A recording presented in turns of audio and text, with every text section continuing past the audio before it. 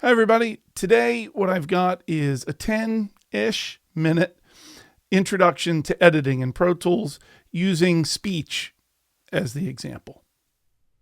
Okay, so for this demonstration, I'm going to just record a simple sentence with a couple of flubs, just to illustrate the simplest need for voice editing.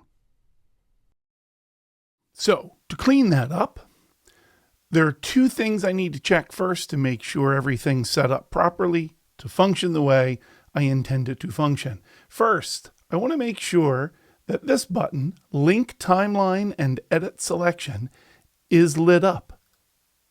I want that on. I then want to go to my preferences. This is to set up one of the tools, the main tool I'm going to be using. And under the Operation tab, select Edit Insertion follows Scrub Shuttle. You'll see why that's important in just a moment. Once you have both of those set up, you're ready to begin editing. So Pro Tools has 6 basic editing tools: the Zoom tool, the trimmer, the marker, the grabber, the scrubber, and the pencil tool. The pencil tool is a little advanced. You won't use it for basic editing, so we'll talk about that another time. The Zoom tool does exactly what you'd expect. You click and drag around a section of a clip, it zooms into that. And if you zoom in so far that you're completely lost, you don't know where you are, fear not. All you need to do is double click the Zoom tool and it takes you all the way back to full length view. The trimmer removes everything from the beginning of a clip to where you click if you're in the front half of the clip, or from where you click till the end of the clip if you're in the back half. If you need to change directions, simply hold the Option key on the keyboard down before you click, and it will reverse the function. The marker tool works just like the cursor in a word processor. You click to drop your marker anywhere in any clip. You click and drag to highlight. The grabber allows you to grab a clip. Click and drag to move. Double click if you'd like to rename your clip. I called mine George. The scrubber tool allows you to manually play forward, backwards, or at any speed.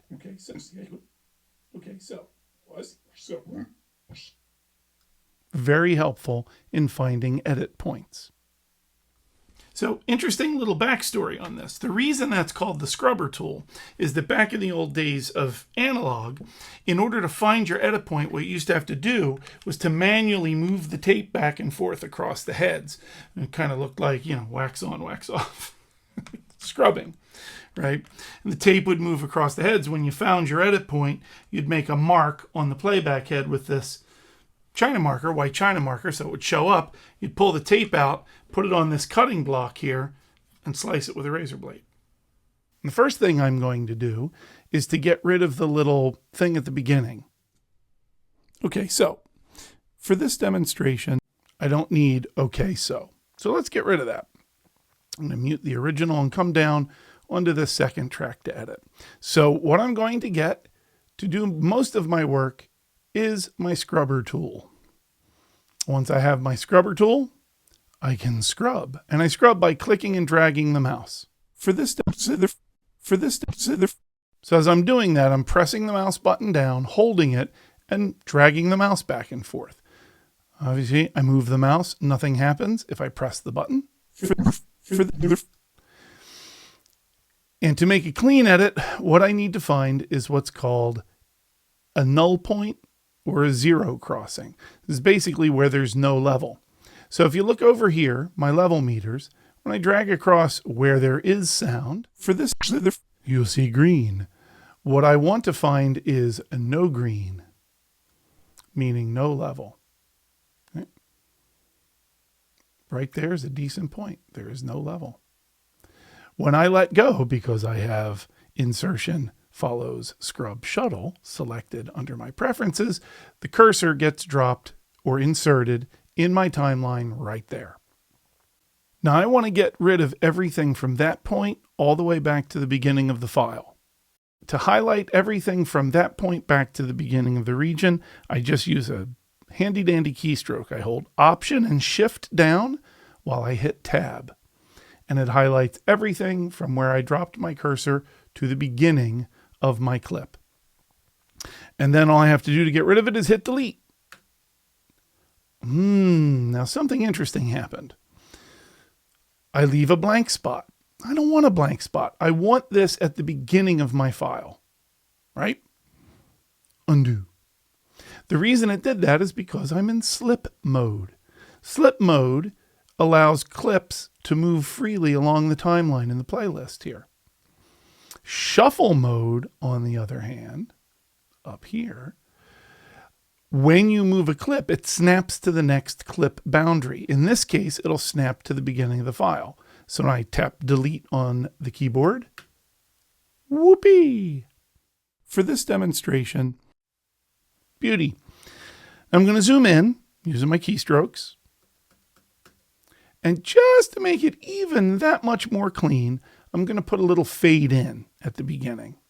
So here, I get my marker tool, hold Shift down on the keyboard, and select to about there. And I'm going to write a fade. Note the keystroke, that's what I'm going to use from here on out. Command F. So now it's nice and clean. For this demonstration, let's find our next edit. For this demonstration, I'm going to just record a simple sentence with a couple of... All right, so I got some mess in here. With a couple... So a throat clear, a swallow, and a lip smack. What a mess. Let's get rid of that. So again, scrubber tool. Find a null point.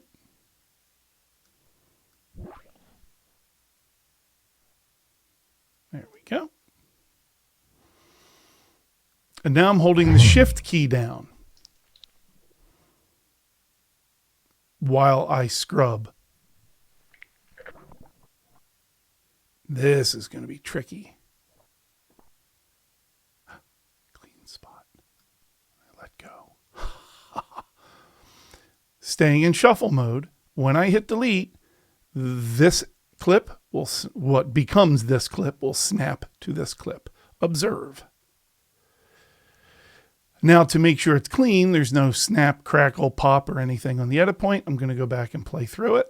I'm going to just record a simple sentence with a couple of flubs. Now the next thing I could do is speed up the pacing a little bit, right?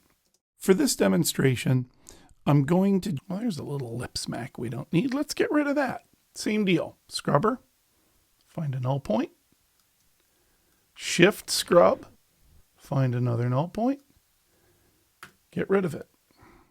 For this demonstration, I'm going to just record a simple sentence with a couple of flubs. Here's another pacing thing I can do. Null point. Shift, scrub, another null point, delete. With a couple of flubs. Just to illustrate. Oh, now that's a nasty little lip smack there. Check that out. Just nasty. Let's get rid of that.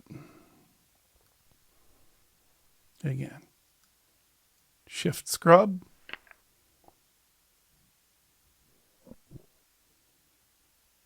Null point, delete. I think you get the idea.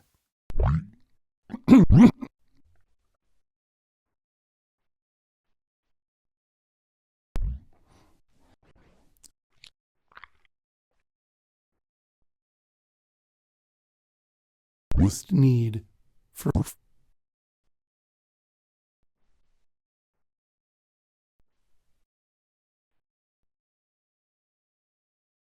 and check it out at the end.